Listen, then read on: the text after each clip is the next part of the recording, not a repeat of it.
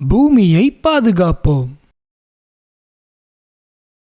ரவிக்கும் கபீருக்கும் வினோதமான பொருட்களை சேகரிப்பதுதான் பொழுதுபோக்கு. கபீரின் தாத்தா புதைப்பொருள் ஆராய்ச்சியாளராக பணியாற்றியதால் அவரது அறையில் சில வினோதமான பொருட்களை அவர் பாதுகாத்து வைத்திருந்தார். ஒரு நாள் கபீர் வீட்டிற்கு ரவி வர இருவரும் தாத்தாவின் அறைக்கு சென்றனர். பெரிய பெரிய தாளிகள், பழங்கால கற்கள் மற்றும் மட்பாண்டங்கள் என பார்த்து கொண்டே வந்த இருவரும் பார்ப்பதற்கு பெரிய மாவரைக்கும் இயந்திரம் போன்று இருந்த ஒரு பொருளை பார்த்து வியப்படைந்தனர். அதனுள்ளே இரு இருக்கைகளும், அந்த இருக்கைகளுக்கு முன் சுழலும் ஒரு வளையமும், அதற்கு மேலே ஒரு மூடியும் இருந்தன. இருவரும் அந்த இயந்திரத்தினுள் அமர்ந்தனர். உடனே அந்த இயந்திரம் மூடிக்கொண்டது. சுழலும் வளையம் சுழலத் தொடங்கியது. பின் அந்த இயந்திரம் அந்த இடத்தை விட்டு மறைந்து போனது. இருவரும் மயக்கத்தில் இருந்து கண் விழித்தவுடன் பக்கவாட்டில் இருந்த ஒரு பொத்தானை அழுத்தினர். உடனே மேலிருந்த மூடி திறந்து கொண்டது. இருவரும் வெளியே வந்தனர்.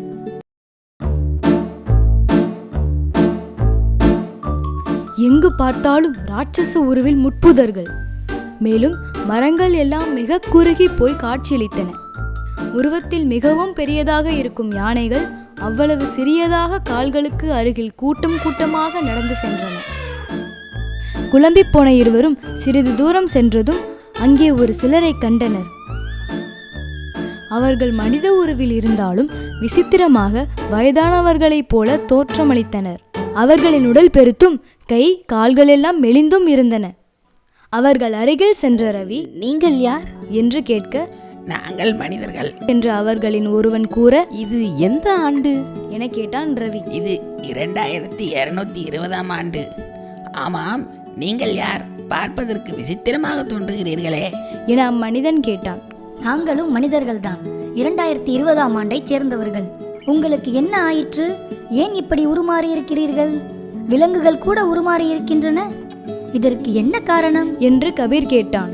ரசாயன உரங்களை பயன்படுத்தி விளைவிக்கப்பட்ட உணவுப் பொருட்கள், அதிநவீன அறிவியல் கண்டுபிடிப்புகளிலிருந்து வெளியேறும் வாயுக்கள், குப்பை கூலங்களினால் உண்டான சூழ்நிலை மாற்றங்கள், நெகிழி பொருட்களின் அதீத பயன்பாட்டினால் விளைந்த தீமைகளால் தான் உங்களை போன்று இருந்த எம் முன்னோர்களிலிருந்து நாங்கள் இப்படி வேறுபட்டு இருக்கிறோம்.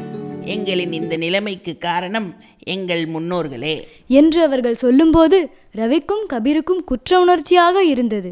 திடீரென அவர்கள் திரும்பி பார்த்தபோது நாம் சுவற்றில் பார்க்கும் சிறிய பள்ளி அங்கு ராட்சச உருவில் அவர்களை துரத்தி கொண்டும் வந்தது.